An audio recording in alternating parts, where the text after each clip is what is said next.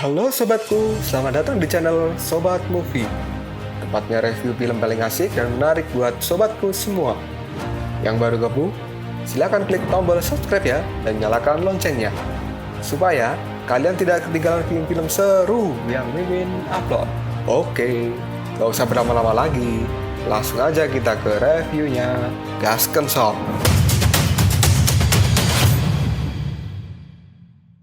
Hey, oke, sobatku terkeren, terkecil, terbaik, tersemuanya. Kita masih bersama Sobat Movie, channel alur cerita terasik sepanjang masa. Oke, kita lanjut bahas chapter 80. Nggak usah cacicot banyak bacot. Kita langsung masuk aja ke pembahasan.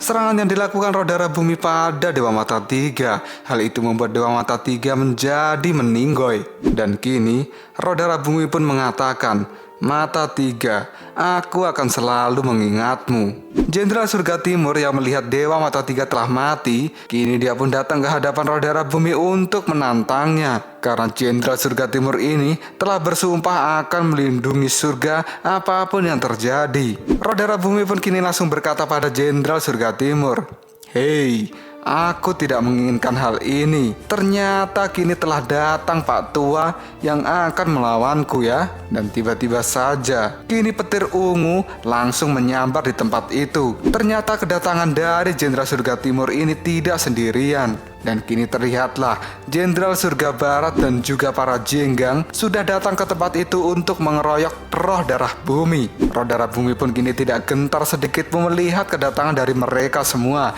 Dan kini roh darah bumi pun mengatakan, "Para prajurit surga ternyata memiliki moral yang tinggi ya.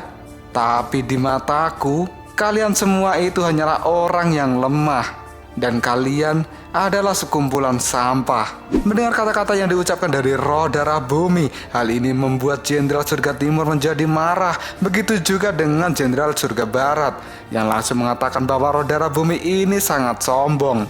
Tapi apapun yang terjadi, mereka para jenderal dan para jigang tidak akan menyerah pada roh darah bumi. Dan kini roh darah bumi pun langsung mengatakan, "Apakah kalian tidak melihat perbedaan kekuatan antara kalian dan juga diriku? Kalian itu hanyalah pandai berkata-kata, tapi kekuatan kalian itu tidak ada apa-apanya dibanding dengan diriku ini." Dan kini Jenderal Surga Timur dan juga Jenderal Surga Barat mereka sudah bersiap akan melakukan serangan pada roh darah bumi. Tapi roh darah bumi bukannya takut, dia malah kini nyengir. Roh darah bumi yang nyengir ini membuat para jinggang ketakutan karena gigi dari roh darah bumi ini berwarna kuning. Mungkin dia belum memakai Pepsodent kali ya. Tiba-tiba saja Jenderal Surga Timur dengan kekuatan penuhnya dia pun langsung meluncur akan menyerang roh darah bumi dari arah samping. Roh darah bumi pun kini langsung menoleh pada Jenderal Surga Timur dan dirinya pun kini mengatakan, "Apakah kau ingin benar-benar bertarung denganku? Jika kamu melakukan itu, maka kamu akan segera mati." Dan tiba-tiba saja Jenderal Surga Timur tidak berani menyerang roh darah bumi. Karena pada saat berada di samping dari tubuh roh darah bumi, Jenderal Surga Timur merasakan kekuatan dari roh darah bumi ini sangat luar biasa. Sampai-sampai jantungnya terasa akan meledak merasakan kekuatan dari roh darah bumi ini. Roh darah bumi yang melihat Jenderal Surga Timur tiba-tiba saja menghentikan serangannya, dia pun langsung berkata, "Kenapa kau tidak jadi menyerangku?" Dan Jenderal Surga Timur pun kini mengatakan, "Aku tidak berani menyerangmu. Bunuh saja diriku ini jika kau mau. Aku tidak ingin berkata lebih banyak lagi." Dan tiba-tiba saja kini roh darah bumi pun memegang pundak dari Jenderal Surga Timur. Lalu roh darah bumi kini mengatakan, "Aku tidak berencana untuk membunuhmu sama sekali. Aku juga tidak berencana untuk membantai dan menghancurkan surga. Aku harap kamu dapat membantuku saat ini." Mendengar kata-kata yang diucapkan oleh roh darah bumi ini membuat Jenderal Surga Barat dan juga para jinggang menjadi terkejut. Lalu roh darah bumi pun kini mengatakan, "Kamu mungkin salah paham. Aku benar-benar tidak bermaksud untuk membunuh." Semua orang yang berada di situ menjadi tertegun dengan kata-kata roh darah bumi ini. Lalu Jenderal Surga Timur pun kini bertanya, "Apa yang kau inginkan di tempat ini?" Roh darah bumi pun kini langsung berkata, "Aku datang ke tempat ini adalah untuk mencari cermin Skypan. Mendengar kata-kata cermin Skypan, Jenderal Surga Timur kini menjadi terkejut.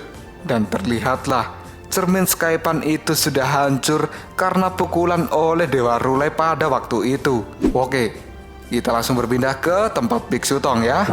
Biksu Tong yang mengatakan bahwa harus ada seseorang yang berkorban. Sun Wukong lalu tiba-tiba bertanya, siapa yang harus berkorban, Guru? Lalu Biksu Tong pun kini menjawabnya, untuk saat ini aku tidak tahu.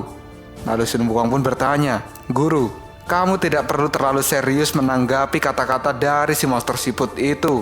Lalu kini si rumput reinkarnasi pun mengatakan, itu benar, kita harus menemukan cara lain untuk meninggalkan siklus tak terbatas di tempat ini. Dan tidak ada orang yang harus dikorbankan. Kemudian Wuching yang tidak tahu apa-apa, dirinya kini semakin bingung dan berkata, reinkarnasi apa sih? Pengorbanan apa? Sebenarnya apa yang terjadi? Lalu Sun Wukong pun kini berkata, Guru, kamu tidak perlu berkecil hati, karena kita sudah melalui cobaan ini berkali-kali. Dan tiba-tiba saja, kini tubuh dari Sun Wukong langsung lenyap begitu saja. Lenyapnya tubuh dari Sun Wukong ini membuat Biksu Tong dan juga Shao Wuching menjadi terkejut. Dan tidak butuh waktu lama lagi, kini Shao Wuching juga ikut lenyap. Hal itu membuat Biksu Tong semakin bingung dengan apa yang terjadi. Lalu Biksu Tong pun kini berdiri dan mengatakan, sebenarnya apa yang terjadi pada kalian? Lalu Biksu Tong pun kini berteriak, aneh, kemana kalian ini pergi? Biksu Tong pun kini menjadi kebingungan karena tiba-tiba saja Sun Wukong dan Shao Wuching menghilang dari tempat itu. Dan kini ada sesuatu yang muncul dan langsung memanggil nama Biksu Tong. Biksu Tong pun kini langsung menengok ke belakang. Dan kini terlihatlah di belakang Biksu Tong ini ada sebuah cahaya yang sangat besar. Cahaya itu pun terus-menerus memanggil nama Biksu Tong. Dan kini terlihatlah seseorang dengan tubuh raksasa muncul di belakang Biksu Tong. Hal ini membuat Biksu Tong menjadi terkejut dan dia pun juga ketakutan. Lalu orang yang bertubuh besar itu kini langsung berkata, Tang Sanjang, apa yang sebenarnya telah membawamu ke tempat ini? Lalu Biksu Tong pun kini berkata, kamu siapa? Dan manusia raksasa ini langsung mengatakan, tidak masalah siapa diriku. Pertanyaannya adalah siapa dirimu? Dan apa yang telah membawamu kepada diriku? Lalu Biksu Tong pun kini mengatakan bahwa dia datang kemari adalah untuk menemukan jantung bumi. Karena tugas dari Biksu Tong ini adalah untuk menyelamatkan 3.000 dunia dari kehancuran. Lalu manusia raksasa ini berkata pada Biksu Tong, apakah kamu percaya akan kebenaran langit dan bumi? Biksu Tong pun langsung menjawabnya, tentu saja, aku percaya dengan kebenaran dan jalan lurus antara langit dan bumi. Karena itu adalah salah satu alasan kenapa aku harus hidup di dunia ini. Lalu manusia raksasa itu pun kembali berkata pada Biksu Tong, Tang Sanjang, untuk selalu melindungi jalan yang lurus, maka dirimu harus tetap berada dalam pikiran yang lurus. Dan itu ada harga yang harus kamu bayar. Lalu Biksu Tong pun kini mengatakan pada manusia raksasa itu bahwa dirinya tidak ragu dan tidak takut untuk mati. Lalu manusia raksasa kini berkata, bagus, dengan seseorang sepertimu yang rela berkorban untuk manusia, maka dunia ini akan beres dan menemukan kedamaian. Tang Sanjang, jika kamu ingin menemukan jantung bumi, apakah kamu bersedia menukar hidupmu dengan jantung bumi itu? Biksu Tong pun langsung menjawabnya, jika bukan aku yang pergi ke alam baka, lalu siapa yang akan pergi ke sana? Dan tiba-tiba saja, kini manusia raksasa itu menggunakan kekuatan yang ada di wajahnya. Dia pun mengeluarkan sebuah sinar laser berwarna putih yang langsung menembus tubuh dari Biksu Tong.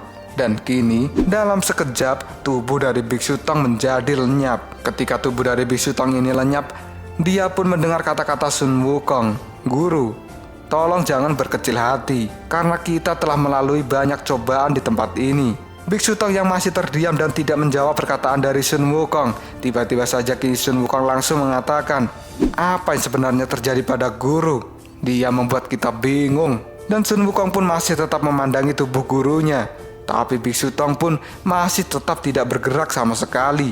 Dan kini rumput reinkarnasi yang berada di atas kepala Sun Wukong mengatakan, Raja Monyet, ini sepertinya ada sesuatu yang salah. Sun Wukong pun kini mendekat pada Biksu Tong lalu dia mengatakan, "Guru, ini bukan waktunya untuk membuat lelucon. Kamu tidak bisa menakut-nakutiku dengan cara seperti ini. Kamu sangat membosankan melakukan ini. Apakah kamu tahu itu, Guru?" Sun Wukong mengatakan itu sambil berteriak di samping telinga dari Biksu Tong. Tapi Biksu Tong masih terlihat tidak bergerak sama sekali. Kemudian Sun Wukong kini mengatakan, "Sepertinya ini memang ada sesuatu yang salah." Lalu Wuching mengatakan, "Benar, ini adalah sesuatu yang salah." "Apakah guru sedang tertidur?" kata Wuching. Lalu Sun Wukong pun kini merasa memang benar-benar ada sesuatu yang tidak beres. Sun Wukong lalu mengacungkan jarinya dan dia pun kini mengecek nafas dari Biksu Tong. Dan tiba-tiba saja kini Sun Wukong dibuat terkejut karena ternyata Biksu Tong ini sudah tidak bernafas. Dan kini Sun Wukong pun langsung mengatakan, "Guru, apakah dia sudah mati?" Dan kini Master Kodok pun dia muncul dari dalam air dan lalu berkata, "Aku kan sudah mengatakan sebelumnya bahwa untuk keluar dari sini harus ada orang yang berkorban. Kenapa kamu tidak percaya padaku?" Kita langsung berpindah ke surga 34. Taois pun berkata pada Dewa Rulai bahwa surga 34 ini adalah tempatnya dewa dari para dewa. Dan sekarang dewa itu telah meninggal. Lalu Dewa Rulai pun berkata, apakah dewa yang dimaksud itu adalah Dewa Tianda? Akibat kata-kata yang diucapkan oleh Dewa Rulai bahwa istri dan anak-anak dari Taois ini sudah tidak ada di tempat ini, hal itu membuat Taois menjadi menangis. Dan dia merasa tidak percaya dengan apa yang dikatakan Dewa Rulai. Dan kini Dewa Rulai pun berkata pada Taois bahwa itu semua adalah kebenaran. Dan itu hanyalah obsesi yang berada di dalam dirinya. Taois pun kini tetap tidak percaya dengan kata-kata yang diucapkan oleh Dewa Rulai dan dia pun kini menjadi marah lalu menyerang Dewa Rulai. Dan kini Dewa Rulai pun menggunakan mantra Budanya untuk menahan serangan yang diberikan oleh si Taois ini. Dan terlihatlah Taois pun kini menyerang Dewa Rulai secara membabi buta. Sambil terus menyerang Dewa Rulai, Taois mengatakan bahwa Dewa Rulai adalah seorang pembohong karena Taois merasa dirinya ini memang memiliki keluarga. Dia memiliki istri yang cantik dan keluarga yang bahagia serta anak-anak yang lucu. Lalu Dewa Rulai pun kini berkata pada Taois agar Taois ini untuk tenang dulu. Tapi Taois tidak ingin tenang dan dia mengatakan Dewa Rulai sebagai pembohong besar. Dan tiba-tiba saja Dewa Rulai ini langsung melompat dan dia berada di atas kepala dari Taois lalu memegang kepala Taois ini. Dan kini sesuatu pun terjadi karena secara mengejutkan sebuah tangan kini menghantam kepala dari Dewa Rulai. Dewa Rulai pun kini langsung melompat dan menghindari tubuh dari Taois ini. Lalu Dewa Rulai pun kini merasakan sebuah kejadian yang aneh karena tiba-tiba saja Dewa Rulai melihat ada manusia raksasa yang tadi telah membunuh Biksu Tong sekarang telah berada di hadapan dari Dewa Rulai ini. Dan dari wajah manusia raksasa ini, Dewa Rulai melihat sosok dari Biksu Tong. Kemudian Dewa Rulai kini berusaha masuk ke dalam wajah dari manusia raksasa itu. Lalu Dewa Rulai itu pun kini mengatakan, bagaimana ada Tang Sancang di tempat ini? Dan tiba-tiba saja manusia raksasa itu pun kini telah hilang dari tempat itu. Dan kini muncullah seseorang yang berada di atas batu yang sedang mengamati Dewa Rulai dan juga si Taois. Ternyata orang yang baru saja tiba itu adalah si Tianren. Dia pun datang ke tempat itu bersama dengan Taisang Lojun dan juga Dewa Sasin. Lalu Tianren ini berkata pada Taisang Lojun, "Ayah, apakah yang kau cari adalah dia? Dia adalah musuhku. Dia adalah sampah kejahatan yang tidak akan pernah aku maafkan. Dan dia namanya adalah Taois." Lalu apakah yang akan terjadi selanjutnya? Apakah Tianren ini akan kembali bertarung melawan Taois? Tunggu aja jawabannya di next video. Koprol sob. Tetap stay di channel Sobat Movie dan jangan lupa klik subscribe, like, dan share ke teman-temanmu agar channel ini dapat berkembang dan menghibur kalian semua. See you next tomorrow. Bye-bye.